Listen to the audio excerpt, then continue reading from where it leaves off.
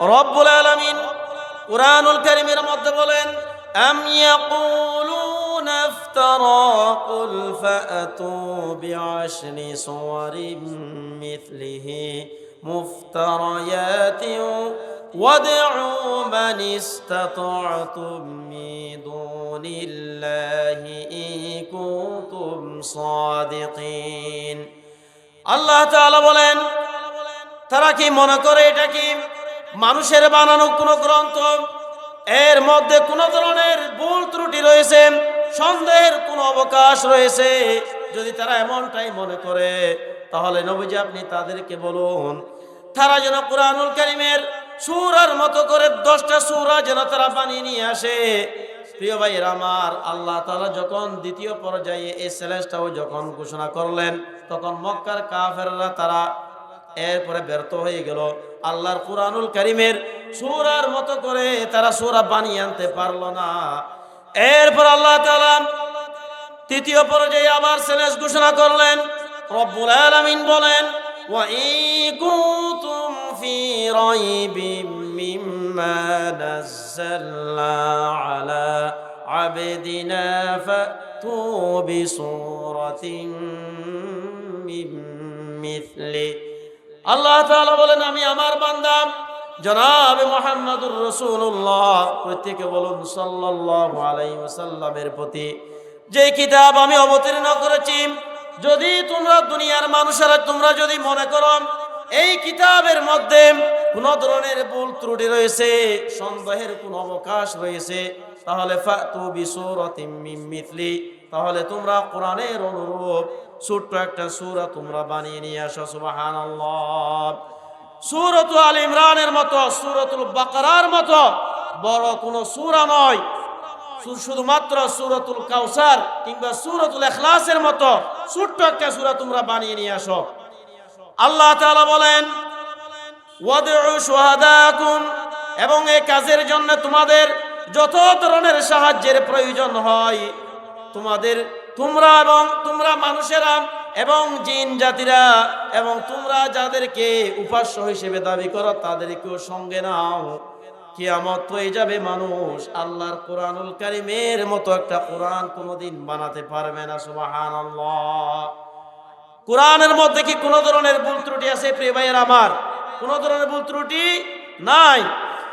প্রিয় ভাইয়েরা আমার, তৎকালীন সময়ে যেভাবে আল্লাহর কোরআনের সামনে, আল্লাহর কোরআনের চ্যালেঞ্জের সামনে যেভাবে করে কাফেররা, মুশরিকরা, মুনাফিকরা দাঁড়াতে পারে নাই, তখন থেকে শুরু করে আজ পর্যন্ত কিয়ামত পর্যন্ত কোন কাফের, কোন বেঈমান, কোন মুশরিক, কোন মুনাফিক আল্লাহর কোরআনের চ্যালেঞ্জের সামনে দাঁড়াতে পারবে না। সুবহানাল্লাহ। প্রিয় ভাইয়েরা আমার, দুনিয়া যদি কোন কাফের, কোন বেঈমান, কোন জালেম, কোন মুনাফিক আল্লাহর কোরআনকে নিচ্ছিন্ন করার অপচেষ্টায় লিপ্ত হয়ে যায়, তাহলে এই কোরআনের হেফাজতের দায়িত্ব যিনি নিয়েছেন, জুড়ে বলেন তিনি কে? আল্লাহ রাব্বুল আলামিন বলেন, ইন্না নাহনু নাযালনা যিকরা ওয়া ইন্না লাহু লাহাফিযুন। আল্লাহ তাআলা বলেন, নিশ্চয় নিশ্চয় এই কোরআনকে আমি অবতীর্ণ করেছি এবং এই কোরআনের রক্ষণাবেক্ষণের দায়িত্ব, হেফাজতের দায়িত্ব আমি রব্বুল আলামিন নিজেই নিয়ে নিলাম। সুবহানাল্লাহ। মুহাম্মদ একটি নামে এত প্রেমের ডল, জগৎ জুড়ে ভালোবাসা অবাক কোলাহল। মুহাম্মদ একটি নামে এত প্রেমের ডল। আল্লাহুম্মা সাল্লি আলা সাইয়্যিদিনা মাওলানা মুহাম্মদ ওয়া আলা আলি সাইয়্যিদিনা মাওলানা মুহাম্মদ।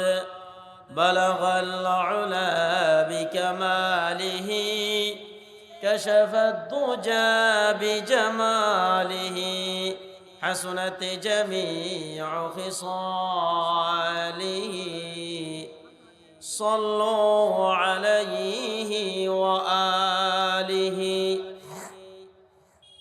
سورة يوسف بداري حكمة لقمان ما قارئ قرآن باري أي دل صدمان ما بلغ العلا بكماله كشف الدجى بجماله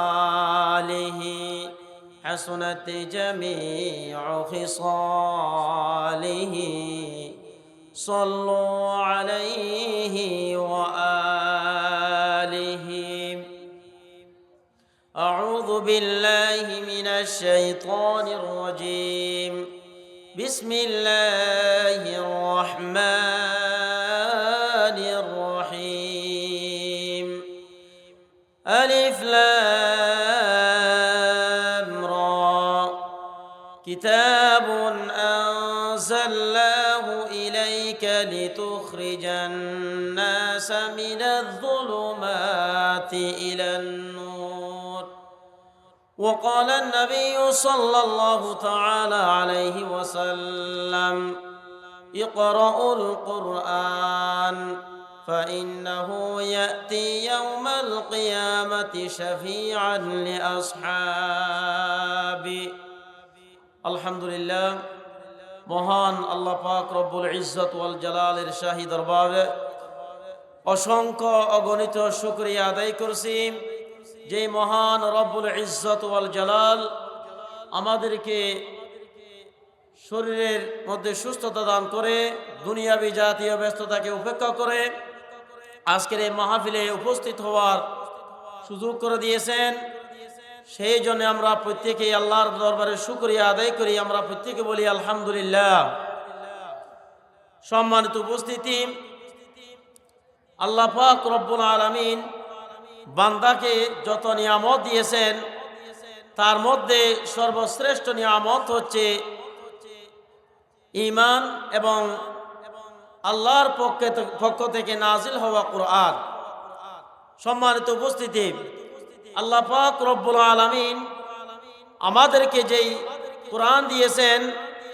এই কোরআন অবতীর্ণ হয়েছে সর্বকালের সর্বযুগের সর্বশ্রেষ্ঠ নবী সাইয়্যিদুল মুরসালিন জনাবে মুহাম্মদুর রাসূলুল্লাহ আমরা প্রত্যেকে বলি সাল্লাল্লাহু আলাইহি ওয়াসাল্লামের উপর এবং এই কোরআন হচ্ছে আল্লাহর পক্ষ থেকে মানব জাতির জন্য সংবিধান এবং হেদায়েতের একটা মাধ্যম এই কোরআন হচ্ছে আমাদের নবী জনাব মুহাম্মদুর রাসূলুল্লাহ সাল্লাল্লাহু আলাইহি ওয়াসাল্লামের সর্বশ্রেষ্ঠ মুজিজা প্রিয় ভাইরা আমার আল্লাহ পাক রব্বুল আলামিন এই কোরআনকে অবতীর্ণ করেছেন মানব জাতির হেদায়েতের জন্য মানুষ তার জীবন পরিচালনায় যত ধরনের সমস্যার সম্মুখীন হবে সমস্ত সমস্যার সমাধান আল্লাহ রব্বুল আলামিন এই কিতাবের মধ্যে দিয়ে দিয়েছেন আল্লাহ রব্বুল আলামিন কুরআনুল কারীমের মধ্যে রব্বুল আলামিন বলেন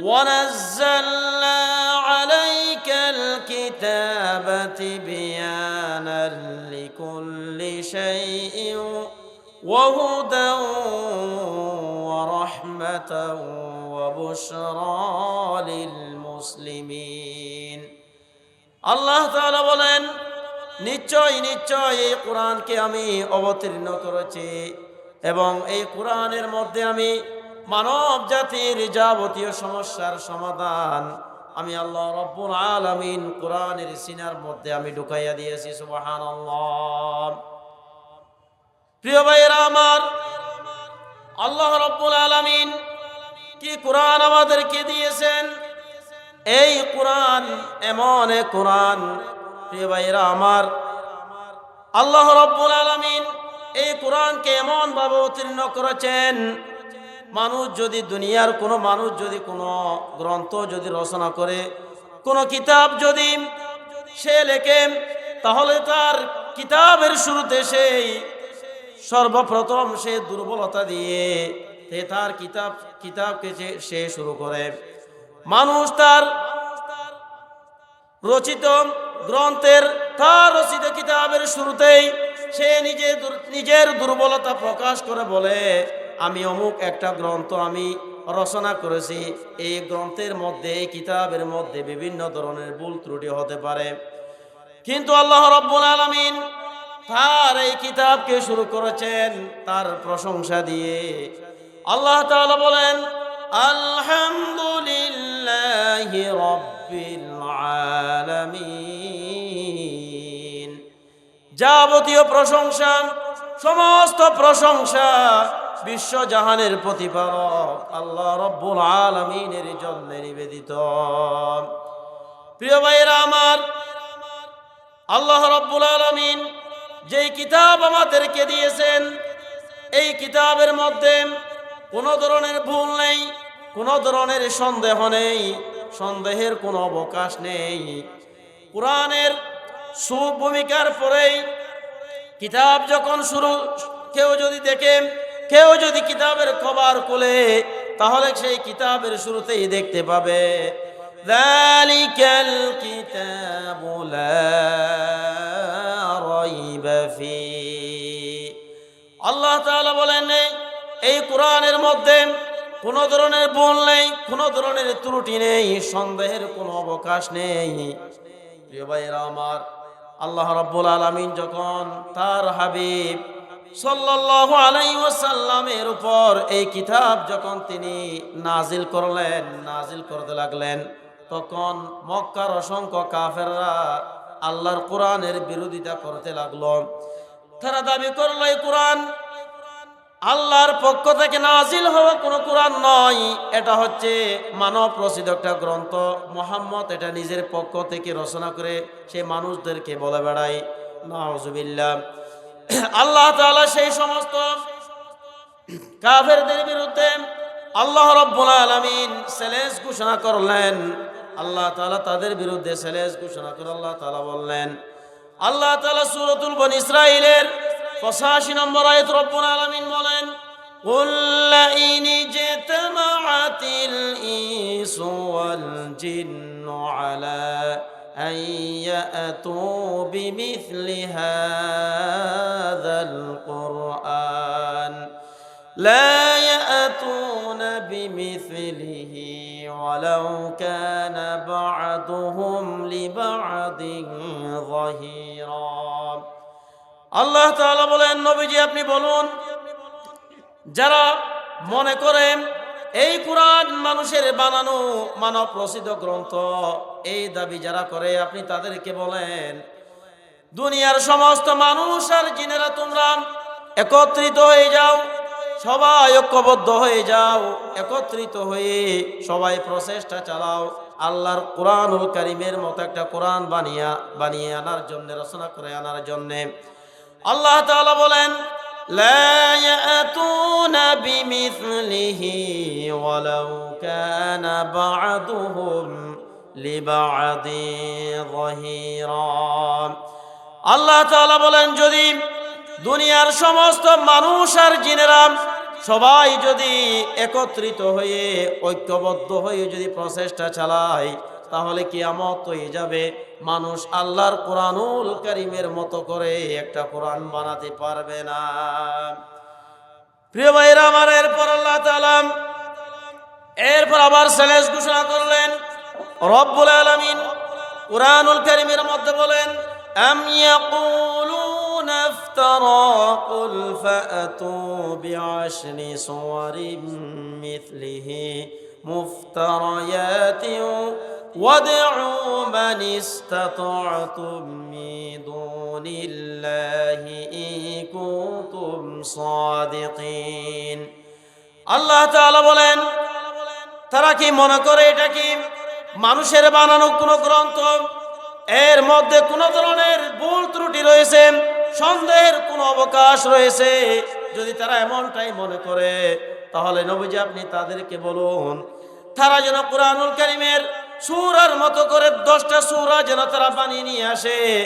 প্রিয় ভাইয়েরা আমার, আল্লাহ তাআলা যখন দ্বিতীয় পর্যায়ে এই চ্যালেঞ্জটাও যখন ঘোষণা করলেন, তখন মক্কার কাফেররা তারা এরপরে ব্যর্থ হয়ে গেল।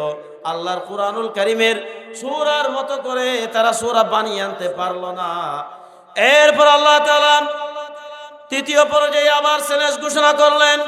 রব্বুল আলামিন বলেন, ওয়া ইন কুনতুম ফি রাইবিম মিম্মা নাযালনা আলা আবদিনা ফাতু বিসূরাতিন মিন মিথলি।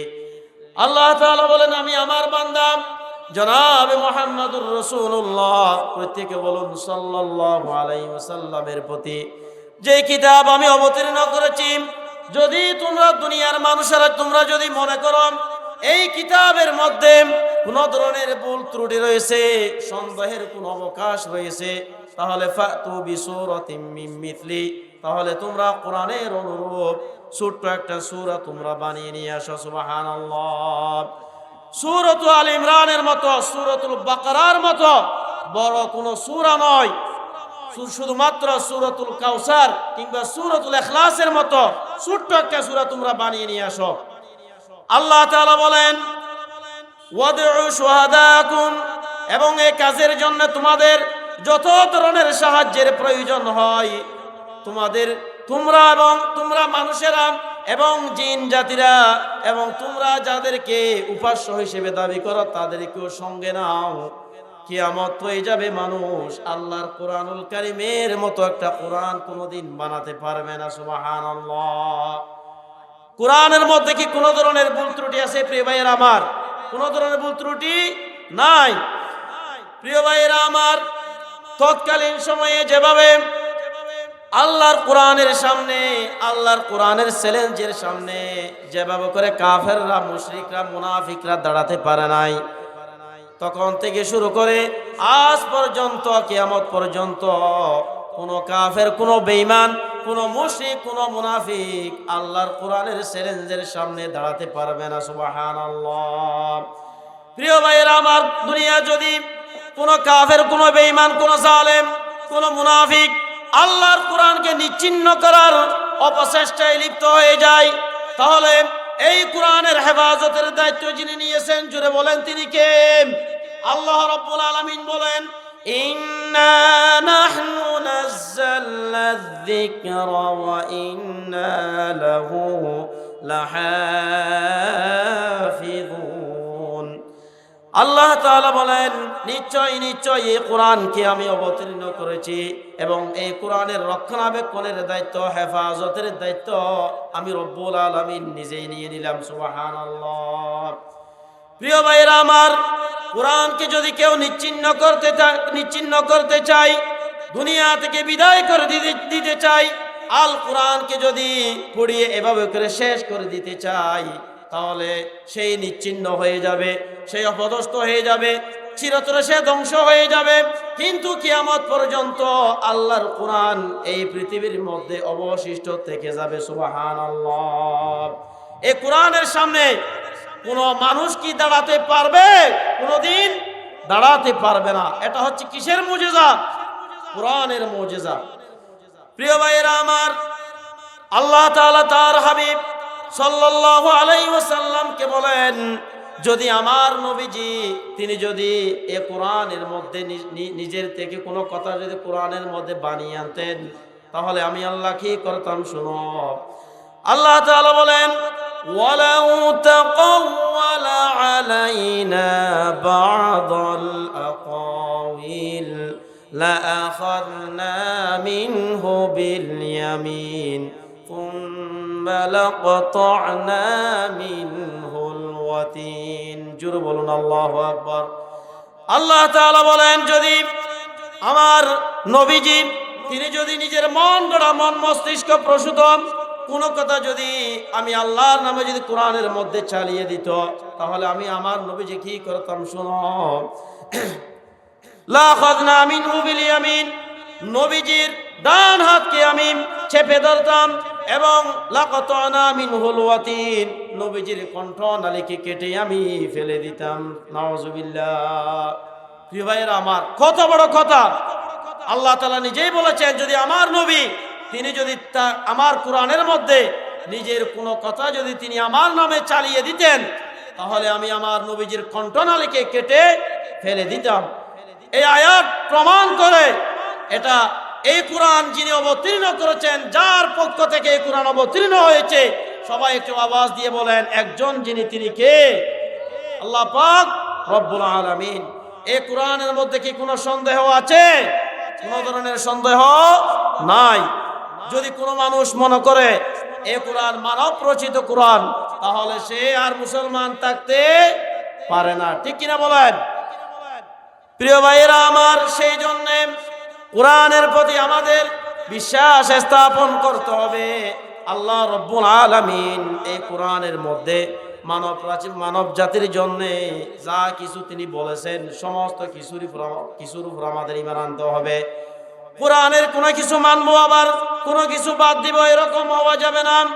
আল্লাহ তাআলা বলেন, আফাতুমিনুনা বিবাদিল কিতাবি ওয়া তাকফুরুনা বিবাদ ফামা জাযাউ মান ইয়াফআলু যালিকা মিনকুম ইল্লা খিzyun ফিল হায়াতিদ দুনিয়া।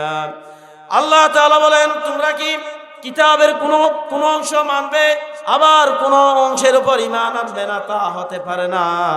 এইরকম যারা করবে তাদের জন্যও দুনিয়ার মধ্যেও লাঞ্ছনা, আযাব, অপদস্থতা এবং আখিরাতের মধ্যেও তারা হবে ক্ষতিগ্রস্তদের অন্তর্ভুক্ত। নাউজুবিল্লাহ, নাউজুবিল্লাহ বলেন। প্রিয় ভাইরা আমার, আল্লাহ রাব্বুল আলামিন যে কিতাব আমাদের উপর অবতীর্ণ করেছেন, এই কিতাব, এই কোরআন তেলাওয়াত করলে, এই কোরআনের সাথে সম্পর্ক স্থাপন করলে আমাদের মর্যাদা, আমাদের মর্তবা যিনি বাড়িয়ে দিবেন, জোরে বলেন তিনি কে? আল্লাহ রাব্বুল আলামিন। প্রিয় ভাইরা আমার, এই কোরআনের সাথে যারা সম্পর্ক স্থাপন করবে, তার মর্তবা দুনিয়াতেও বাড়িয়ে দিবে, আখিরাতের মধ্যে আল্লাহ তাআলা তাকে সম্মানের মর্যাদার আসনে অধিষ্ঠিত করবেন। প্রিয় ভাইরা আমার, আমাদের এই কোরআন আল্লাহর নবীর উপর অবতীর্ণ হয়েছে। আল্লাহর নবীর উপর অবতীর্ণ হওয়ার কারণে আমাদের নবী সমস্ত নবীর উপর, আল্লাহ পাক রব্বুল আলামিন সমস্ত নবীর উপর তার মর্যাদা বাড়িয়ে দিয়েছেন। ঠিক কিনা বলেন? এভাবে করে এই কোরআন জিবরাইল আলাইহিস সালাতু ওয়াস সালামের মাধ্যমে অবতীর্ণ হওয়ার কারণে ফেরেশতা জিবরাইল আমিন সমস্ত ফেরেশতাদের সরদার আল্লাহ তাআলা তাকে বানাইয়া দিলেন। সুবহানাল্লাহ। প্রিয় ভাইয়েরা আমার, এই শুধু তাই নয়, এই কোরআন এই পৃথিবীর সবচাইতে সম্মানিত দুইটা জায়গা মক্কা এবং মদিনার মধ্যে অবতীর্ণ হওয়ার কারণে আল্লাহ তাআলা মক্কাতুল মুকাররমা এবং মদিনাতুল মুনাওয়ারাকে দুনিয়ার সমস্ত শহর থেকে, দুনিয়ার সমস্ত জায়গা থেকে আল্লাহ তাআলা সম্মানিত করে দিয়েছেন। সুবহানাল্লাহ। প্রিয় ভাইয়েরা আমার, শুধু তাই নয়, এই কোরআনের সাথে সময়ের সম্পৃক্ততার কারণে সময়ের দামও বেড়ে গেছে। এই কোরআন রমজান মাসে অবতীর্ণ হওয়ার কারণে রমজান মাসকে দুনিয়ার সমস্ত মাস থেকে যিনি দামি বানিয়ে দিয়েছেন, সবাই জুড়ে বলেন তিনি কে? আল্লাহ পাক রব্বুল আলামিন। আল্লাহ তাআলা বলেন, শাহরু রমাদানাল্লাযী উনজিলা ফীহিল কুরআনু হুদাল লিন-নাসি ওয়া বাইনাতিন মিনাল হুদা ওয়াল ফুরকান। আল্লাহ তাআলা বলেন, এই কোরআন আমি অবতীর্ণ করেছি পবিত্র রমজান মাসে, যাতে এই কোরআনের মধ্যে আমি দিয়ে দিয়েছি মানব জাতির জন্য হেদায়েত। সুবহানাল্লাহ বলেন। প্রিয় ভাইয়েরা আমার, সেই জন্য কোরআনের সাথে যারা সম্পর্ক স্থাপন করবে, কোরআনকে যে মহব্বত করবে, কোরআনকে যে নিজের অন্তরের সাথে সম্পৃক্ত করবে, নিজের ব্যক্তি জীবন, পারিবারিক জীবন, সামাজিক জীবন, রাষ্ট্রীয় জীবনের সমস্ত ক্ষেত্রে যে কোরআনকে মানবে, কোরআন বিধানকে অনুসরণ করবে, আল্লাহ তাআলা তাকে দুনিয়াতে দামি বানিয়ে দিবেন, তার মর্যাদা বাড়িয়ে দিবেন। আখিরাতেও আল্লাহ তাআলা তার মর্তবা বাড়িয়ে দিবেন, ঠিক কিনা বলেন? নবীজি সাল্লাল্লাহু আলাইহি ওয়াসাল্লাম বলেন, ইউকালু লিসাহিবিল কুরআন ইকরা ওয়ারতাকি ওয়ারাত্তিল কামা কুনতা তুরাত্তিল ফিদ দুনিয়া ফাইন্না মানজিলাকা ইনদা আখিরি আয়াতিন তাকরাউহা। আল্লাহর নবী বলেন, কিয়ামতের ময়দানে আল্লাহ তাআলা কোরআনের পাঠকারী, কোরআনের তেলাওয়াতকারীকে আল্লাহ তাআলা বলবেন, তুমি চড়তে থাকো, সিঁড়ির উপর তুমি উঠতে থাকো, তুমি এভাবে করে তারতিল সহকারে ধীরে স্থির ভাবে বিশুদ্ধ ভাবে তুমি কোরআন তেলাওয়াত করো। তেলাওয়াত করতে করতে তোমার ঠিকানা হবে, তোমার অবস্থান হবে ওই জায়গার মধ্যে যেখানে তোমার তেলাওয়াত শেষ হবে। সুবহানাল্লাহ। কোরআনের মধ্যে আয়াত আছে কয়টা? 6666টা আয়াত। কোরআনের হাফেজরা, কোরআনের পাঠকারীরা এই 6666 আয়াত তেলাওয়াত করে তারা এরকম একটা প্রাসাদ আল্লাহ তাআলা তাদেরকে দান করবেন। সুবহানাল্লাহ বলেন। প্রিয় ভাইরা আমার, রাসূল করিম সাল্লাল্লাহু আলাইহি ওয়াসাল্লাম বলেন, ইকরাউল কুরআন ফাইন্নাহু ইয়াতি ইয়াউমাল কিয়ামাতি শাফিআন লিআসহাবি। আল্লাহর নবী বলেন, হে আমার ইমানদার বান্দারা, মুসলমানরা, তোমরা কোরআন তেলাওয়াত করো, কেননা এই কোরআন কিয়ামতের ময়দানে তোমার জন্য সুপারিশকারী হয়ে যাবে। সুবহানাল্লাহ। কোরআন কিয়ামতের ময়দানে আমাদের জন্য কি করবেন? সুপারিশ করবেন। সুবহানাল্লাহ বলেন। প্রিয় ভাইয়েরা আমার, কোরআন আল্লাহর সাথে সরাসরি তর্কলিপ্ত হয়ে যাবে। কোরআন আল্লাহকে বলবেন, ওগো আল্লাহ, আপনার এই বান্দা সে রাতে না ঘুমিয়ে আমাকে তেলাওয়াত করেছে, দিনের বেলায় তেলাওয়াত করেছে, ফজরের পরে তেলাওয়াত করেছে, নামাজের মধ্যে তেলাওয়াত করেছে, আপনি তাকে জাহান্নামে দিতে পারবেন না। উনাকে যে যতক্ষণ পর্যন্ত জান্নাতের মধ্যে প্রবেশ না করাবেন ততক্ষণ পর্যন্ত আমি আপনার পিছু ছাড়বো না। সুবহানাল্লাহ। সুবহানাল্লাহ আওয়াজ দিয়ে বলেন। প্রিয় ভাইরা আমার, আল্লাহর নবী জনাবে মুহাম্মদুর রাসূলুল্লাহ সাল্লাল্লাহু আলাইহি ওয়াসাল্লাম বলেন, আল কুরআনু শাফিউন মুশাফফাউন ওয়া মাহিল্লুন মুসাদ্দাকুন মান জাআলাহু আমামাহু قاده إلى الجنة ومن جعله خلف ظهره ساقطه إلى النار। আল্লাহর নবী বলেন, কোরআন হচ্ছে এমন এক সুপারিশকারী গ্রন্থ যার সুপারিশ আল্লাহ গ্রহণ করবে। সুবহানাল্লাহ। ওয়া মাহিল্লুন মুসাদ্দাকুন মান জাআলাহু আমামাহু, যে ব্যক্তি কোরআনকে সম্মুখ ভাগে রাখবে, যে ব্যক্তি কোরআনকে অনুসরণ করবে, কোরআন তাকে এভাবে করে তাকে সঙ্গে নিয়ে আল্লাহর জান্নাতের মধ্যে তাকে নিয়ে যাবে। সুবহানাল্লাহ। ওয়া মান জাআলাহু খালফা যাহরিহি সাকাতাহু ইলান নার, আর যে ব্যক্তি কোরআনকে অবমূল্যায়ন করবে, অবমর্যাদা করবে, কোরআনকে যে ব্যক্তি গুরুত্ব দেবে না, এই কোরআনকে পিছনে রেখে দেবে, কোরআন কিয়ামতের ময়দানে তাকে জাহান্নামে নিক্ষেপ করে দেবে। নাউযুবিল্লাহ। প্রিয় ভাইরা আমার, আজকে আমাদের সমাজে কোরআনকে মর্যাদা দেয় এরকম শ্রেণীর মানুষ বেশি নাকি কোরআনকে অবমূল্যায়ন করে, কোরআনকে এভাবে করে পিছনে রেখে দেয়, কোরআনের বিধান সমাজে বাস্তবায়ন হোক এটা চাই না, এরকম মানুষের সংখ্যা বেশি। জোরে বলেন। কোরআনকে অবমূল্যায়ন করে এরকম মানুষের সংখ্যা বেশি, ঠিক কিনা বলেন? প্রিয় ভাইয়েরা আমার, আজকে আমাদের পরিবারের মধ্যে দেখা যায়, আমাদের পরিবারের অভিভাবকরা তাদের খাসলত হচ্ছে, তাদের বৈশিষ্ট্য হচ্ছে, তাদের সন্তানরা যখন এভাবে করে জাগতিক শিক্ষার মধ্যে ভালো একটা রেজাল্ট করে তাহলে তাদের চেহারা উজ্জ্বল হয়ে যায়। আর যদি তারা বাংলা, ইংরেজি বা জাগতিক শিক্ষার মধ্যে তারা একটু রেজাল্ট যদি একটু খারাপ হয়ে যায়, পড়ালেখায় যদি একটু অবহেলা করে, তাহলে মা বাবার চেহারা কালো হয়ে যায়, এভাবে তারা তাদের চেহারা মলিন হয়ে যায়। কিন্তু আপনার সন্তান যে আল্লাহর কোরআন শুদ্ধভাবে তেলাওয়াত করতে পারছে না, এই জন্য কোনো অভিভাবক, পরিবারের প্রধান যিনি, তার একটু চিন্তা করার সময়ও হয় না, ঠিক কিনা বলেন? পরিবারের একজন অভিভাবকের কাছে যদি আল্লাহর কোরআনের এত অবমূল্যায়ন হয়, তাহলে পরবর্তী প্রজন্মের কাছে আল্লাহর কোরআনকে যে তারা মূল্যায়ন করবে এর গ্যারান্টি কতটুকু, এটা আমাদের চিন্তা করা দরকার। প্রিয় ভাইয়েরা আমার, একজন ইংরেজি টিচার, বাংলা টিচার যখন তার সন্তানদেরকে পড়ানোর জন্য নিয়োগ দেওয়া হয়, তখন তাকে এভাবে করে সে মাসে আসবে কয়দিন? মাসে আসবে 20 দিন, 15 দিন, তাকে বেতন দেওয়া হয় 5,000 টাকা, 6,000 টাকা।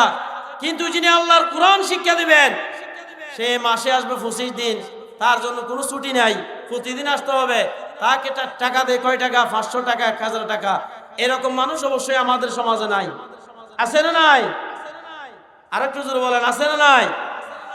প্রিয় ভাইয়েরা আমার, মানুষেরা যারা আল্লাহর কোরআনকে অবমূল্যায়ন করবে, অবমর্যাদা করবে, কোরআনকে যারা গুরুত্ব দিবে না, তাদের সম্পর্কে, তাদের বিরুদ্ধে আল্লাহর হাবিব সাল্লাল্লাহু আলাইহি ওয়াসাল্লাম কিয়ামতের ময়দানে সরাসরি তাদের বিরুদ্ধে আল্লাহর কাছে নালিশ করবেন। নাউজুবিল্লাহ বলেন। কথাটা আমার নাকি আল্লাহর? জোরে বলেন।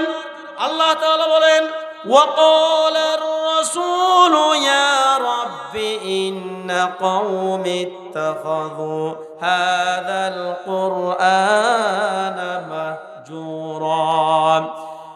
আল্লাহ তাআলা বলেন কিয়ামতের ময়দানে আমার হাবিব সেই সমস্ত মানুষদের বিরুদ্ধে আমার দরবারে অভিযোগ করবে, আমার দরবারে নালিশ করবে, মামলা করবে, মোকদ্দমা করবে, যারাই আমার এই কোরআনকে অবমূল্যায়ন করত, পিছনে রাখত, যারা মনে করতো এই কোরআন কিছুই না, এই কোরআনকে মারলে কোনো ফায়দা নেই, এইরকম যারা মনে করত, তাদের বিরুদ্ধে আল্লাহ রাসূল কিয়ামতের ময়দানে তাদের বিরুদ্ধে নালিশ করবেন।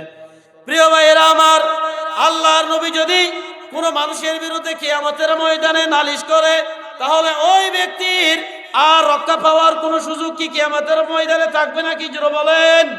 কিয়ামতের ময়দানে সেই রেহাই পাওয়ার, এভাবে করে জাহান্নাম থেকে মুক্তি পাওয়ার আর কোনো উপায় থাকবে না।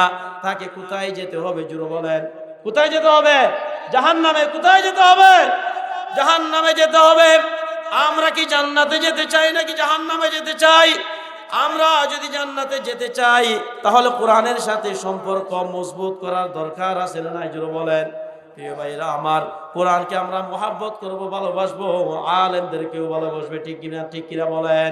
প্রিয় ভাইরা আমার, আলেমদের সম্মান মর্যাদা বৃদ্ধি হওয়ার কারণ হচ্ছে আল কোরআন, ঠিক কিনা বলেন। কোরআনকে ধারণ করার কারণে, এই কোরআনকে লালন করার কারণে, এই কোরআনকে সিনার মধ্যে, অন্তরের মধ্যে ধারণ করার কারণেই আলেমদের সম্মানও যিনি এই দুনিয়াতে বৃদ্ধি করে দিয়েছেন, জুড়ে বলেন তিনি কে? আল্লাহ পাক রব্বুল আলামিন। আল্লাহ তাআলা বলেন, যার অন্তরে কোরআন থাকবে না, যার অন্তরের মধ্যে কোরআনের কোনো কিছু থাকবে না, তার অন্তরটা হচ্ছে একটা পরিত্যক্ত ভিটার নিয়ে আয়, একটা উজাড় ঘরে নিয়ে আয়।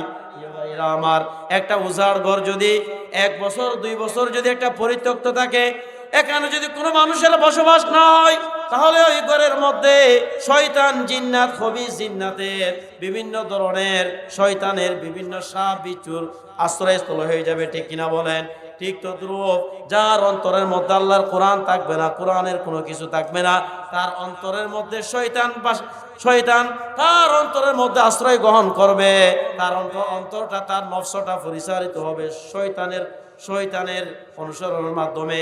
শয়তান তাকে যেভাবে বলবে সে শয়তানের পথ অনুসরণ করবে। তার নামাজ ভালো লাগবে না, রোজা ভালো লাগবে না, কোরআন ভালো লাগবে না, আলেমদেরকে ভালো লাগবে না, নামাজ ভালো লাগবে না, যাকাত ভালো লাগবে না, এভাবে করে তার ভালো লাগবে সুদ, ঘুষ, দুর্নীতি, লুটপাট, ঠিক কিনা বলেন। সেই জন্য প্রিয় ভাইয়েরা আমার, কোরআনের সাথে আমরা সম্পর্ক মজবুত করব, আমাদের সন্তানদেরকে কোরআনের শিক্ষায় শিক্ষিত করব, নিজেরাও কোরআনকে বিশুদ্ধভাবে তেলাওয়াত করার চেষ্টা করব, ইনশাআল্লাহ বলেন। ইনশাআল্লাহ বলেন। প্রিয় ভাইয়েরা আমার, আল্লাহর নবী বলেন, যার তেলাওয়াত শুদ্ধ নয়, রুব্বা কারিন ইয়াকরাউল কুরআন ওয়াল কুরআনু ইয়ালানুহু, কোরআনের এমন কিছু পাঠক রয়েছে যে কোরআন তেলাওয়াত করা সত্ত্বেও কোরআন তাকে লানত দিতে থাকে, নাউজুবিল্লাহ বলেন। প্রিয় ভাইরা আমার, আপনারা কোরআন তেলাওয়াত করতেছেন সওয়াবের উদ্দেশ্যে, কিন্তু এই কোরআন তেলাওয়াতের কারণে আপনার আমলনামায় সওয়াব না হয়ে আপনার আমলনামায় গুনাহ হতে থাকছে, কোরআন আপনাকে লানত দিতে থাকতেছে। এর কারণ হচ্ছে আপনি বিশুদ্ধভাবে আপনি কোরআন তেলাওয়াত করতে পারেন না, ঠিক কিনা বলেন। আপনি যদি বিশুদ্ধভাবে কোরআন তেলাওয়াত না করেন, সহি শুদ্ধভাবে তারতিল সহকারে কোরআন যদি বিশুদ্ধভাবে তেলাওয়াত না করেন, তাহলে কোরআনকে অশুদ্ধ পড়ার কারণে অর্থের মধ্যে কোরআন অশুদ্ধ হয়ে যাবে। ঠিক কিনা বলেন? আল্লাহ তাআলা বলেছেন একরকম, আর আপনি অশুদ্ধ করে তেলাওয়াত করার কারণে সেটা হয়ে যাবে আরেক রকম। ঠিক কিনা বলেন? সেই জন্য আল্লাহ নবী বলেছেন, রুব্বা কারিন ইয়াকরাউল কুরআন ওয়াল কুরআনু ইয়ালআনু। কোরআনের এমন কিছু পাঠক রয়েছে যারা কোরআন তেলাওয়াত করে, তেলাওয়াত করা সত্ত্বেও কোরআন তাদেরকে অভিশাপ দিয়ে থাকে, লানত দিয়ে থাকে। নাউজুবিল্লাহ বলেন। কোরআন কি আমাদেরকে লানত দেয়? কোরআন আমাদেরকে অভিশাপ দেয়? এটা আমরা চাই কি চাই না প্রিয় ভাইরা আমার? এটা আমরা চাই না। এটা আমরা কি চাই না? যদি আমরা না চাই, তাহলে আজকে থেকে বিশুদ্ধভাবে আমরা কোরআন তেলাওয়াত করার চেষ্টা করব ইনশাআল্লাহ। বলেন প্রিয় ভাইরা আমার, আমরা কোনোদিন হুজুরের কাছে গিয়ে বলি নাই, হুজুর আমি একটু সূরাতুল ফাতিহাটা শুদ্ধভাবে তেলাওয়াত করতে পারি কিনা দেখেন। আপনার বয়স হয়ে গেছে 50 বছর, 60 বছর, 70 বছর, 80 বছর, এভাবে করে আপনি 50 বছর নামাজ পড়লেন, 60 বছর নামাজ আদায় করলেন, কিন্তু আপনি কোনোদিন কোরআনটাকে বিশুদ্ধভাবে তেলাওয়াত করার চেষ্টা করলেন না। প্রিয় ভাইরা আমার, এই অশুদ্ধ তেলাওয়াত দিয়ে আপনি যত বছর নামাজ পড়লেন, ওই নামাজ যে আল্লাহর দরবারে কবুল হবে এর কোনো গ্যারান্টি আছে নাকি? জোরে বলেন। নামাজ পড়তে পড়তে কপাল কালো করে ফেলেছেন, এভাবে করে আপনি বৃদ্ধ হয়ে গেছেন নামাজ পড়তে পড়তে, কিন্তু আপনার এই নামাজ যে আল্লাহর দরবারে কবুল হচ্ছে এর কি কোনো গ্যারান্টি আছে? নাই। সেই জন্য আমাদেরকে আল্লাহর কোরআনকে বিশুদ্ধভাবে আমরা তেলাওয়াত করব, আল্লাহর কোরআনকে আমরা অন্তরের মধ্যে ধারণ করব, আল্লাহর কোরআনকে আমরা মহাব্বত করব। আমিন বলেন, জোরে বলেন আমিন। প্রিয় ভাইয়েরা আমার, আল্লাহর এই কোরআনকে আল্লাহ তাআলা কি নাজিল করেছেন শুধুমাত্র নামাজের মধ্যে তেলাওয়াত করার জন্য, নাকি এই কোরআন দিয়ে এই একটা আদর্শ সমাজ প্রতিষ্ঠিত করার জন্য? জোরে বলেন। একটা কোরআন দিয়ে ন্যায় নীতি ইনসাফ ভিত্তিক একটা সমাজ প্রতিষ্ঠিত করার জন্য। প্রিয় ভাইয়েরা আমার, আল্লাহ তাআলা বলেন, ইন্না আনজালনা ইলাইকাল কিতাবা বিল হাক্কি লিতাহকুমা বাইনান নাসি বিল হক। আল্লাহ তাআলা বলেন, নিশ্চয় আমি কোরআনকে অবতীর্ণ করেছি আপনার উপর, যাতে করে আপনি ন্যায় নীতি ইনসাফ আপনি সমাজের মধ্যে প্রতিষ্ঠিত করতে পারেন। এই কোরআন দিয়ে বিচার ফায়সালা আপনি করতে পারেন। সুবহানাল্লাহ। প্রিয় ভাইরা আমার, আমরা যদি সমাজের মধ্যে ন্যায় নীতি ইনসাফ আদালত সুবিচার যদি আমরা চাই, তাহলে আল্লাহর কোরআনকে আল্লাহর জমিনে আল্লাহর বিধানকে প্রতিষ্ঠিত করার দরকার আছে না নাই? জোরে বলেন, দরকার আছে না নাই? প্রিয় ভাইরা আমার, এই জমিনে কোনদিন 100% শতভাগ ইনসাফ প্রতিষ্ঠিত হবে না যতদিন না আল্লাহর কোরআনের বিধান প্রতিষ্ঠিত হবে। ঠিক কিনা বলেন? প্রিয় ভাইরা আমার, আল্লাহ তাআলা যেভাবে ইনসাফের কথা বলেছেন কোরআনের মধ্যে, ঠিক তদ্রুপ তার হাবিব সাল্লাল্লাহু আলাইহি ওয়াসাল্লাম ও ইনসাফ ভিত্তিক তিনি রাষ্ট্র ব্যবস্থা পরিচালনা করেছিলেন। ঠিক কিনা বলেন? প্রিয় ভাইরা আমার, আমাদের নবীজি কি রকম সুবিচার তিনি তার রাষ্ট্রের মধ্যে তিনি প্রতিষ্ঠিত করেছিলেন, একটা ঘটনা আমি আপনাদের সামনে বলি। প্রিয় ভাইরা আমার, একদিন মদিনার বনি মখজুম গোত্রের কুরাইশি এক মহিলা, সম্ভ্রান্ত পরিবারের এক মহিলা চুরি করলো। চুরি করার পরে সে যখন ধরা পড়লো, গোটা মদিনার মধ্যে বিষয়টা খুব বেশি আলোচিত হয়ে গেল। গোটা মদিনার মধ্যে থমথমে পরিস্থিতি বিরাজ করতে লাগলো। প্রিয় ভাইরা আমার, আপনাদের এই সমাজে ধনাঢ্য কোনো মানুষের এবং সম্ভ্রান্ত পরিবারের কোনো মানুষ যদি চুরি করে, তাহলে এই বিষয়টা এই সমাজের মধ্যে আলোচিত হবে কম নাকি বেশি? আলোচিত হবে কি বেশি? প্রিয় ভাইরা আমার, যখন বনি মখজুমিয়া গোত্রের কুরাইশি ওই মহিলা যখন চুরি করলো, গোটা মদিনার মধ্যে থমথমে পরিস্থিতি বিরাজ করতে লাগলো। ওই বিষয়টা গোটা মদিনার মধ্যে খুব বেশি আলোচিত হয়ে গেল। এরপরে আল্লাহর নবীর কাছে বিচার নিয়ে যাওয়া হলো। প্রিয় ভাইরা আমার, সাহাবায়ে কেরাম তারা বলা বলি করতে লাগলো, আল্লাহর নবী যদি এই মহিলার বিচার যদি কোরআনের বিধান অনুযায়ী যদি তিনি সম্পন্ন করেন, তাহলে ওই মহিলার তার পরিবারের তার বংশের মান মর্যাদা সব মাটির সাথে মিশে যাবে। প্রিয় ভাইরা আমার, তার কারণ হচ্ছে আল্লাহর কোরআনের আইন হচ্ছে চোর পুরুষ হোক কিংবা মহিলা, তার হাত কেটে দেওয়ার জন্য কোরআনের মধ্যে যিনি নির্দেশ দিয়েছেন, সবাই একটু আওয়াজ দিয়ে বলবেন একজন যিনি, তিনি কে? আল্লাহ তাআলা বলেন, আস-সারিকু ওয়াস-সারিকাতু ফাকতুউ আইদিয়াহুমা জাযাআন বিমা কাসাবা নাকালাম মিনাল্লাহ। আল্লাহ তাআলা বলেন, চোর পুরুষ হোক কিংবা মহিলা, তাহলে তাদের উভয়ের হাতকে তুমি কেটে দাও, ঠিক কিনা বলেন? প্রিয় ভাইরা আমার, যখন আল্লাহর নবীর কাছে যখন বিচার নিয়ে যাওয়া হলো, সাহাবায়ে কেরাম তখন বলা বলি করতে লাগলো, এভাবে করে কোন একজন সাহাবী গিয়ে যেন আল্লাহর নবীর কাছে একটু সুপারিশ করে, যাতে করে ওই মহিলার শাস্তির বিধানটাকে একটু হালকা করে দেওয়া হয়, শাস্তি যেন একটু সহজ করে দেওয়া হয়, কমিয়ে দেওয়া হয়। তখন তারা পরামর্শ করতে লাগলো, কোন সাহাবী নবীজির কাছে যাবেন? কোন সাহাবীর সাহসই না নবীজির কাছে যাওয়ার।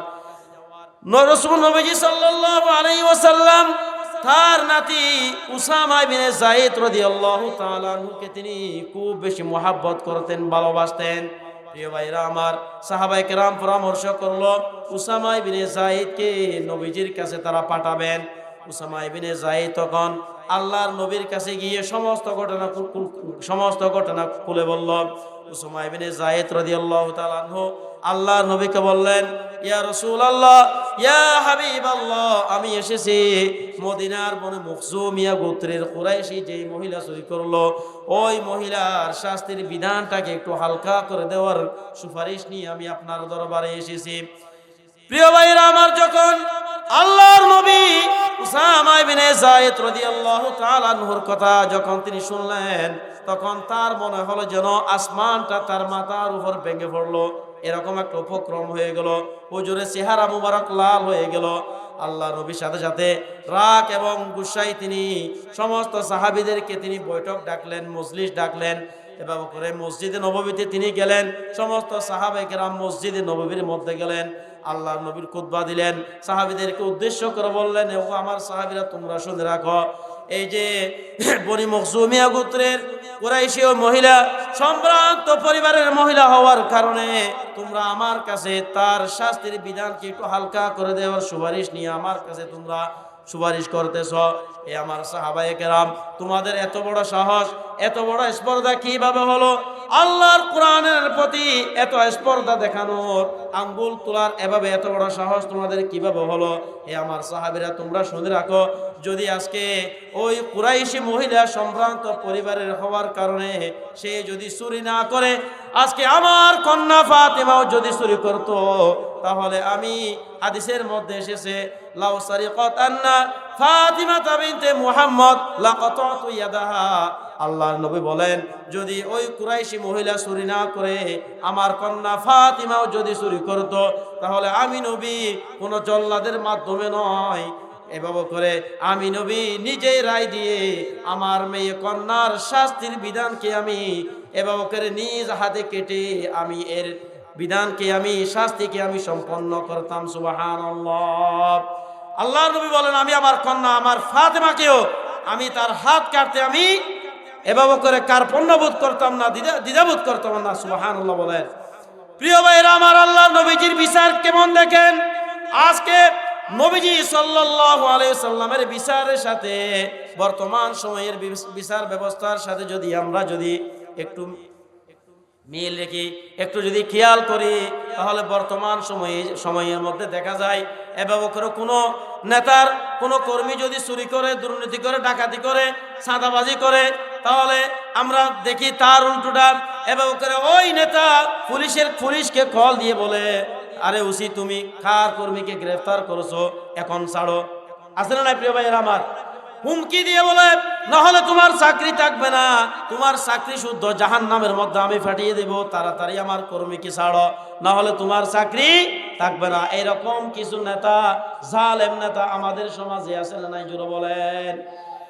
প্রিয় ভাইরা আমার, আমরা যদি এই সমস্ত নেতা কেতা থেকে বাঁচতে চাই, এই সমস্ত জুলুম থেকে বাঁচতে চাই, ইনসাফ যদি আমরা প্রতিষ্ঠিত করতে চাই, তাহলে আল্লাহর কোরআনকে আল্লাহর জমিনের মধ্যে প্রতিষ্ঠিত করতে হবে। ঠিক কিনা বলেন? প্রিয় ভাইরা আমার, যেই সমাজের মধ্যে, যে রাষ্ট্রের মধ্যে ইনসাফ থাকবে না, বিচার ব্যবস্থা ন্যায় পরায়ণ হবে না, সুষ্ঠু বিচার ব্যবস্থা থাকবে না, ওই সমাজের মধ্যে, ওই রাষ্ট্রের মধ্যে চাঁদাবাজি, দুর্নীতি, লুটপাটকারী, দুর্নীতি, সন্ত্রাস, এভাবে করে লুণ্ঠন করা, মানুষের হক নষ্ট করা, মানুষের উপর জুলুম করা, অন্যায়ভাবে নিরপরাধ মানুষকে অপরাধী বানিয়ে জেলের মধ্যে ঢুকাইয়ে দেওয়া, এইরকম অপরাধ প্রবণতা বেড়ে যাবে। ঠিক কিনা বলেন? প্রিয় ভাইয়ের আমার, যে সমাজের মধ্যে সুবিচার থাকবে না, ন্যায় বিচার থাকবে না, সেই সমাজের মধ্যে এভাবে করে কোরআনের কথা বলা, কোরআনের দাওয়াত দেওয়া, কোরআনের পক্ষে সারা বছর ধরে কোরআনের তাফসির করা, এরকম আলেমদেরকে জেলখানায় নিয়ে যাবে, আর সুর ডাকাত দুর্নীতিবাজদেরকে জেলের বাইরে তাদেরকে জামায়া ধরে চলাফেরার করার সুযোগ করে দিবে। ঠিক কিনা বলেন? জোরে বলেন ঠিক কিনা? সেই জন্য প্রিয় ভাইয়েরা আমার, আমরা যদি সমাজে শান্তি চাই, ন্যায় চাই, ইনসাফ ভিত্তিক বিচার ব্যবস্থা চাই, তাহলে আল্লাহর কোরআনকে আল্লাহর জমিনের মধ্যে প্রতিষ্ঠিত করতে হবে। ঠিক কিনা বলেন? প্রিয় ভাইয়েরা আমার, আল্লাহর কোরআনের মধ্যে কোনো ধরনের বৈষম্য নাই। আল্লাহর কোরআনের মধ্যে কোনো বৈষম্য আছে নাকি? আল্লাহর কোরআনের মধ্যে কোনো বৈষম্য আছে? প্রিয় ভাইয়েরা আমার, আজকে মানুষ এভাবে করে সেই সমস্ত দুর্নীতিবাজ, চাঁদাবাজদের বিরুদ্ধে মানুষ কথা বলতে পারে না, তাদের দুর্নীতির বিরুদ্ধে মানুষ কথা বলতে পারে না। সাধারণ মানুষ যদি তাদের বিরুদ্ধে কথা বলে, তাহলে তাদেরকে ধরে নিয়ে জেলের মধ্যে ঢুকাইয়ে দেয়। ঠিক কিনা বলেন? কিন্তু প্রিয় ভাইয়েরা আমার, আল্লাহর কোরআন যদি সমাজের মধ্যে, এই জমিনের মধ্যে আল্লাহর বিধান যদি প্রতিষ্ঠিত হয়ে যায়, তাহলে সাধারণ একজন রিকশাওয়ালা থেকে শুরু করে, এভাবে করে একজন কৃষক থেকে শুরু করে সমাজের সর্বশ্রেষ্ঠ নিম্ন মানুষরাও এভাবে করে একজন সমাজের নেতাকে তিনি দায়বদ্ধতার হিসাব তিনি নিতে পারবেন। সুবহানাল্লাহ। তাকে কাঠগড়ায় দাঁড় করাতে পারবেন। ঠিক কিনা বলেন? প্রিয় ভাইয়েরা আমার, নবী করিম সাল্লাল্লাহু আলাইহি ওয়াসাল্লামের প্রিয়তম সাহাবী নাম হচ্ছে উমর। উমরের বিচার গরম নাকি নরম? নরম? জোরে বলেন। উমরের বিচার গরম নাকি নরম? প্রিয় ভাইয়েরা আমার, এই রকম একজন গরম সাহাবী, যিনি কথা বলতেন পরে মার দিতেন আগে। ঠিক কিনা বলেন? কথা বলতেন পরে মার, আগে মার, তারপরে কি কথা। উমর রাদিয়াল্লাহু তাআলা আনহু, তিনি একদিন জুমার দিন তিনি জুমা নামাজ আদায় করতেছিলেন, সাহাবীদেরকে তিনি খুতবা দিছিলেন। তিনি ছিলেন মসজিদ নববীর খতিব, যেরকম ছিলেন তিনি শাসকও ছিলেন। ঠিক কিনা বলেন? প্রিয় ভাইরা আমার, আমাদের সমাজে ইমামরা শুধু মসজিদের ইমাম, রাষ্ট্রের ইমাম নয়। ঠিক কিনা বলেন? আজকে এই সমাজের মধ্যে মসজিদের ইমামকে শুধুমাত্র মসজিদের ইমামতির মধ্যে নিযুক্ত করার কারণে, এভাবে করে রাষ্ট্রীয় ইমামতি একজন ইমামকে না দেওয়ার কারণে আজকে মুসলমানরা অধঃপতনের অতর্গহবলে নিমজ্জিত হয়েছে। ঠিক কিনা বলেন? প্রিয় ভাইয়েরা আমার, উমর রাদিয়াল্লাহু তাআলা আনহু যখন তিনি সাহাবীদেরকে খুতবা দিছিলেন, তখন একজন সাধারণ একজন সাহাবী দাঁড়িয়ে উমর রাদিয়াল্লাহু তাআলা আনহুকে প্রশ্ন করলেন, ওগো আল্লাহর নবী আমিরুল মুমিনিন উমর রাদিয়াল্লাহু তাআলা, উমর, আপনি খুতবা দিবেন পরে আমার কথার জবাব দিবেন আগে।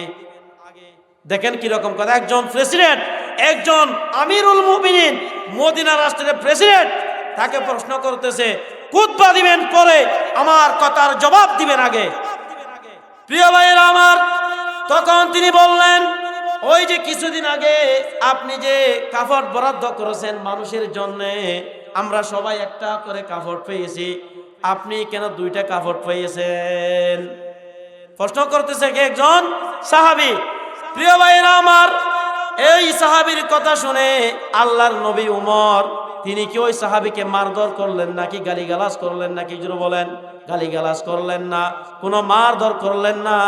তিনি সুন্দরভাবে জবাব দিলেন, ওগো আমার সাহাবী, তুমি শুনো, আমি এই যে একটা চাদর গায়ের মধ্যে দিয়েছি, আর একটা চাদর যে আমি প্রহিত করেছি, একটা হচ্ছে আমার ছেলে আব্দুল্লাহর চাদর, আর একটা হচ্ছে আমি উমরের চাদর। সুবহানাল্লাহ।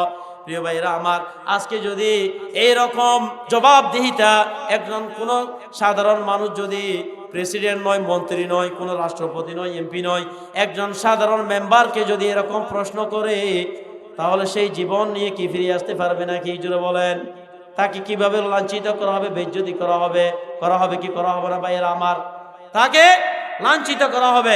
এরকম জবাবদিহিতামূলক একটা ন্যায় নীতি, জবাবদিহিতামূলক সরকার যদি আমরা চাই, তাহলে আল্লাহর কোরআনের, আল্লাহর বিধানের বিকল্প আর কোনো বিধান এই পৃথিবীতে নাই। ঠিক কিনা বলেন? প্রিয় ভাইরা আমার, আরেকটা ঘটনা আমি আপনাদেরকে শেয়ার করি। আল্লাহর নবীর সাহাবী, নাম হচ্ছে সাঈদ ইবনে আমের আল হুমাইসি। জুড়ে বলেন কি নাম? সাঈদ ইবনে আমের আল হুমাইসি। তাকে তিনি উমর রাদিয়াল্লাহু তাআলা আনহু, তিনি হিমসের গভর্নর করে তাকে হিমসের মধ্যে প্রেরণ করলেন। তখন হিমস থেকে কিছু লোক উমর রাদিয়াল্লাহু তাআলা আনহুর কাছে আসলেন। আসার পরে উমর রাদিয়াল্লাহু তাআলা আনহু তাদেরকে জিজ্ঞেস করলেন, তোমাদের দেশের মধ্যে, তোমাদের অঞ্চলের মধ্যে সবচাইতে গরিব ব্যক্তিটিকে? তখন ওই লোকেরা বলল, আমাদের মধ্যে সবচাইতে গরিব লোক, অসহায় লোক হচ্ছে আমাদের আমির সাঈদ ইবনে আমের। একজন আমির, একজন মেয়র, একজন প্রেসিডেন্ট, তিনি হচ্ছেন কি সমাজের সবচাইতে অসহায় ব্যক্তি। প্রিয় ভাইরা আমার, যখন উমর রাদিয়াল্লাহু তাআলা এই কথা শুনলেন, তখন তিনি সাঈদ ইবনে আমেরের জন্য কিছু সাহায্য তিনি বরাদ্দ করলেন, স্বর্ণ মুদ্রা দিলেন। এইগুলা নিয়ে যখন ওই লোকেরা হিমসের মধ্যে গেল, সাঈদ ইবনে আমেরকে তাদের ওই উমর রাদিয়াল্লাহু তাআলা হাদিয়াগুলো উমর এবং সাঈদ ইবনে আমেরের কাছে দিলেন। সাঈদ ইবনে আমের তিনি এই হাদিয়াগুলো নিজের কাছে না রেখে তার জনগণের সামনে মানুষদেরকে তিনি দিয়ে দিলেন। এরপর কিছুদিন পর উমর রাদিয়াল্লাহু তাআলা আনহু সফরের উদ্দেশ্যে হিমসের মধ্যে গেলেন। যাওয়ার পরে তাদেরকে আবার প্রশ্ন করলেন, তোমাদের কাছে সাঈদ ইবনে আমেরকে নিয়ে কোনো অভিযোগ তোমাদের কাছে আছে নাকি? তখন ওই লোকেরা বলল, সাঈদ ইবনে আমেরকে নিয়ে আমাদের 4টা অভিযোগ। জুড়ে বলেন, কয়টা অভিযোগ? 4টা আমাদের অভিযোগ আছে। 1 নম্বর হচ্ছে সাঈদ ইবনে আমের, উনি প্রতিদিন সকালবেলা দেরি করে আমাদের কাছে আসেন, অর্থাৎ রাষ্ট্রীয় দায়িত্ব আদায় করার জন্য, এবার ঘর থেকে তিনি আসেন দেরি করে। এরপরে 2 নম্বর হলো তিনি সপ্তাহে 1 দিন রাষ্ট্রীয় দায়িত্ব আদায় করেন না। 3 নম্বর হলো এভাবে করে তিনি মাঝে মধ্যে বেহুশ হয়ে যান। তিনি মাঝে মধ্যে কি হয়ে যান? মাঝে মধ্যে তিনি বেহুশ হয়ে যান। এরপর 4 নম্বর হলো এভাবে করে তিনি আমাদের কাছে মাঝে মধ্যে আসেন না। এই 4টা অভিযোগ যখন করলো, তখন সাঈদ ইবনে আমেরকে উমর রাদিয়াল্লাহু তাআলা প্রশ্ন করলেন, ওগো সাঈদ ইবনে আমের, তোমার বিরুদ্ধে যে 4টা অভিযোগ এসেছে, এই ব্যাপারে তুমি কিছু কথা বলো। তখন সাঈদ ইবনে আমের বললেন, ওগো আমিরুল মুমিনিন, আমার বিরুদ্ধে 1 নম্বর অভিযোগ হচ্ছে আমি কি করি? আমি সকাল বেলায় প্রতিদিন দেরিতে রাষ্ট্রীয় কার্যক্রম চালানোর জন্য, দায়িত্ব আদায় করার জন্য আমি দেরিতে আসি। এটা হচ্ছে আমার 1 নম্বর অভিযোগ। ওগো আমিরুল মুমিনিন, আমার বাড়ির মধ্যে কোনো চাকর বাকর নাই, আমি আমার স্ত্রী একা, সেই জন্যে এভাবে করে আমার স্ত্রীর কাজের মধ্যে সহযোগিতা করার কারণে আমার একটু দেরি হয়ে যায়, সেই জন্যে রাষ্ট্রীয় কাজের মধ্যে একটু আমি দেরি করে আসি। সুবহানাল্লাহ বলেন। একজন আপনার গভর্নর, তার কাছে কোনো চাকর নাই, কোনো কিছু নাই, তিনি নিজে স্ত্রীকে সহযোগিতা করেন। তিনি সহযোগিতা করার কারণে তিনি দেরি করে রাষ্ট্রীয় কাজে তিনি যান। এরপরে 2 নম্বর হলো তিনি মাঝে মধ্যে বেহুশ হয়ে যান।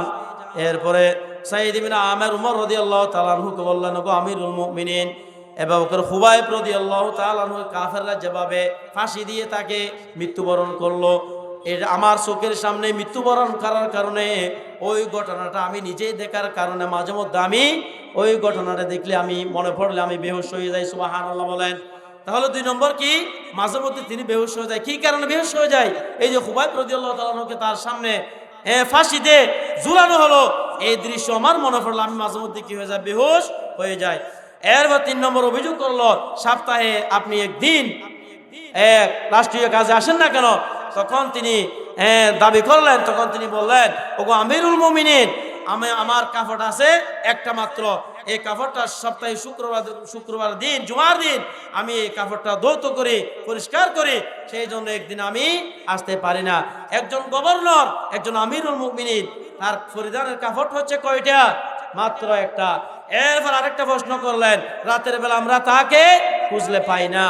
তখন সাইদ ইবনে আমের তিনি আমিরুল মুমিনিনকে বললেন, ওগো আমিরুল মুমিনিন, আমি দিনের বেলায় রাষ্ট্রীয় কার্যক্রম আদায় করি, রাষ্ট্রীয় গুরুত্বপূর্ণ দায়িত্বগুলো, মানুষের জনসেবামূলক জনকল্যাণমূলক কাজগুলো আমি করি, আবার রাতের বেলায় আমি আমার এই রাতের সময়টাকে আমি আল্লাহর জন্য নিয়োজিত করি, নফল নামাজ আদায় করি, তাহাজ্জুদের নামাজ আমি আদায় করি। সুবহানাল্লাহ বলেন। প্রিয় ভাইয়েরা আমার, রাতের বেলায় তাহাজ্জুদ পড়ে, নফল নামাজ পড়ে, দিনের বেলায় মানুষের জন্য কাজ করে, এইরকম নেতা কি বর্তমানে আমাদের সমাজে আছে? আছে। কিরকম? ওই যে বিগত কিছু এই যে পালিয়ে গেছে সরকার, ওই সরকারে কিছু একজন মন্ত্রী দাবি করেছিল, আমি প্রতিদিন রাত্রে 70 থেকে 80 রাকাত তাহাজ্জুদ পড়ি। মনে আছে আপনাদের? ওই যে খেলা হবে, খেলা হবে, এরকম বলছিল, মনে আছে আপনাদের? তিনি কি বলছেন, কি বলছিল? হ্যাঁ রে বেটা, কি মনে করো আমিও অনেক বড় ইমানদার, প্রতিদিন বেড়া 70 থেকে 80 রাকাত তাহাজ্জুদ পড়ি। ওরা তাহাজ্জুদ পড়ে কিনা আমরা জানি না, তাহাজ্জুদ হয়তো পড়তে পারে, এটা কোন ধরনের তাহাজ্জুদ আমরা জানি না। এরা রাতের বেলায় তাহাজ্জুদ পড়ে, আবার দিনের বেলায় এরা মানুষ খুন করে, ঠিক কিনা বলেন? প্রিয় ভাইয়েরা আমার, জনদরদি যিনি হবেন, যিনি মানুষের জন্য কল্যাণমূলক কাজ করবেন, তিনি রাতের বেলায় নামাজ আদায় করবেন, আবার দিনের বেলায় মানুষের কল্যাণের জন্য তিনি কাজ করবেন। এই হচ্ছে ইসলামিক রাষ্ট্রের, ইসলামিক বিধানের, ইসলামী জীবন ব্যবস্থার একটা সুবিধা। প্রিয় ভাইয়েরা আমার, এইরকম রাষ্ট্রপ্রধান, এইরকম জীবন ব্যবস্থা যদি চাই, তাহলে আমাদেরকে এখনই প্রস্তুতি গ্রহণ করতে হবে। আল্লাহর জমিনে আল্লাহর এই কোরআনকে আমাদের জীবনের প্রতিটা ক্ষেত্রে আমাদেরকে প্রতিষ্ঠিত করতে হবে। সেই জন্য আমাদেরকে কার্যক্রম চালাতে হবে, এখন থেকে উদ্যোগ নিতে হবে। আল্লাহর কোরআনকে যেন জমিনে প্রতিষ্ঠিত করা যায়, আল্লাহর কোরআনকে যেন এই আল্লাহর বিধানকে যেন প্রতিষ্ঠিত করা যায়, সেই জন্য আমাদের প্রত্যেককেই কি করতে হবে? প্রিয় ভাইয়েরা আমার, আমাদের প্রত্যেককেই এবং ওকে কার্যক্রম চালাতে হবে। আল্লাহ তাআলা আমাদের প্রত্যেককে আমল করার তৌফিক দান করে, মানার তৌফিক দান করে, জুড়ে বলেন আমিন।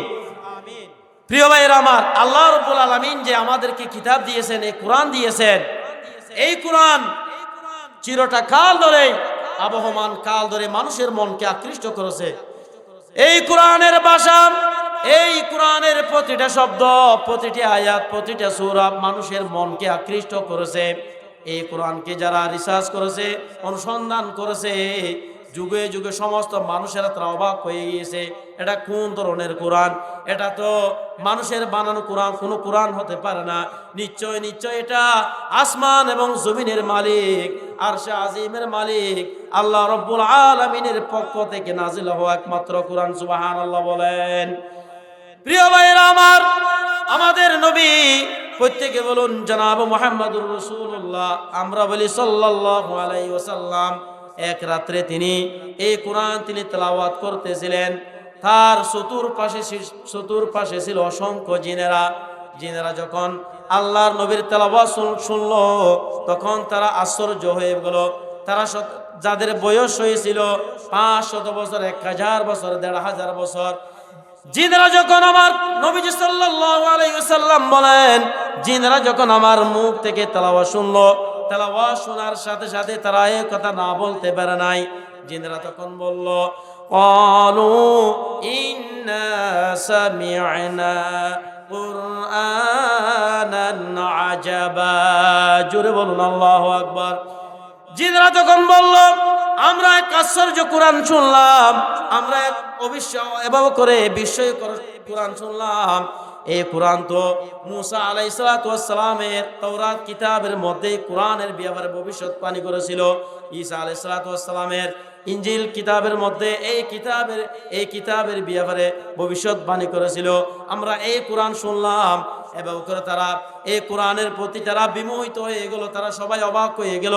এরপর আল্লাহর নবী বলেন, জিনেরা যখন আমার মুখ থেকে তেলাওয়াত শুনলো, তেলাওয়াত শোনার সাথে সাথে ইয়াহদি ইলার রুশদি ফাআমান্না বি, জিনেরা সবাই বলতে লাগলো, তারা সবাই ঈমান আনলো, তারা সকলে বলতে লাগলো লা ইলাহা ইল্লাল্লাহু মুহাম্মাদুর রাসূলুল্লাহ সাল্লাল্লাহু আলাইহি ওয়াসাল্লাম। এই কোরআন হচ্ছে এমন এক কোরআন, যে কোরআন শ্রোতাকে হেদায়েতের পথে নিয়ে আসবে, আলোর পথ দেখিয়ে দিবে। সুবহানাল্লাহ বলেন। আমার আল্লাহর কোরআনের এই পথ ব্যতীত সমস্ত পথ হচ্ছে অন্ধকার পথ, ঠিক কিনা বলেন?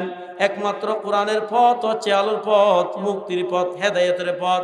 আল্লাহ তাআলা বলেন, قد جاءكم من الله نور وكتاب مبين। আল্লাহ তাআলা বলেন, নিশ্চয় নিশ্চয় তোমাদের জন্য আমার পক্ষ থেকে এসেছে স্পষ্ট কিতাব এবং আলো। সুবহানাল্লাহ। প্রিয় ভাইরা আমার, এই যে আমি আপনাদেরকে শুরুতে একটা আয়াত তেলাওয়াত করেছিলাম, কিতাবুন আনজালনাহু ইলাইকা লিতুখরিজান নাসা মিনাজ যুলুমাতি ইলান নূর। আল্লাহ তাআলা বলেন, ওগো আমার হাবিব, আপনার প্রতি আমি এমন এক কিতাব অবতীর্ণ করেছি, যে কিতাবের মাধ্যমে আপনি গোটা মানব জাতিকে, বিশ্ব মানব জাতিকে, গোটা মানব জাতিকে অন্ধকার থেকে আলোর পথে আপনি নিয়ে আসতে পারবেন। সুবহানাল্লাহ। প্রিয় ভাইরা আমার, আলোর পথ হচ্ছে, হেদায়েতের পথ হচ্ছে একমাত্র আল্লাহর কোরআনের পথ। জাতীয়তাবাদের পথ হচ্ছে অন্ধকারের পথ, ধর্ম নিরপেক্ষতাবাদের পথ হচ্ছে অন্ধকারের পথ, গণতন্ত্রের পথ হচ্ছে অন্ধকারের পথ, সমাজতন্ত্রের পথ হচ্ছে অন্ধকারের পথ, ঠিক কিনা বলেন? সুতরাং এই সমস্ত অন্ধকার পথকে লাথি মেরে ডাস্টবিনে নিক্ষেপ করে আমাদেরকে আলোর পথে ফিরে যেতে হবে, ঠিক কিনা বলেন? আল্লাহ পাক রব্বুল আলামিন আমাদের প্রত্যেককেই আল্লাহর কোরআনকে আল্লাহর জমিনে প্রতিষ্ঠিত করা, এই বিশুদ্ধভাবে তেলাওয়াত করা, আমরা নিজেই যেন তেলাওয়াত করতে পারি, পরিবার পরিজনকে এই কোরআনের দিকে যেন আহ্বান করতে পারি, কোরআন অনুযায়ী যেন আমরা জীবন যাপন করতে পারি, সেই আশা ব্যক্ত করেই আমি আমার সংক্ষিপ্ত আলোচনা এখানে শেষ করছি। হাদা মা ইনদি ওয়াল ইলমু ইনদাল্লাহ। আসসালামু আলাইকুম ওয়া রাহমাতুল্লাহি ওয়া বারাকাতুহু।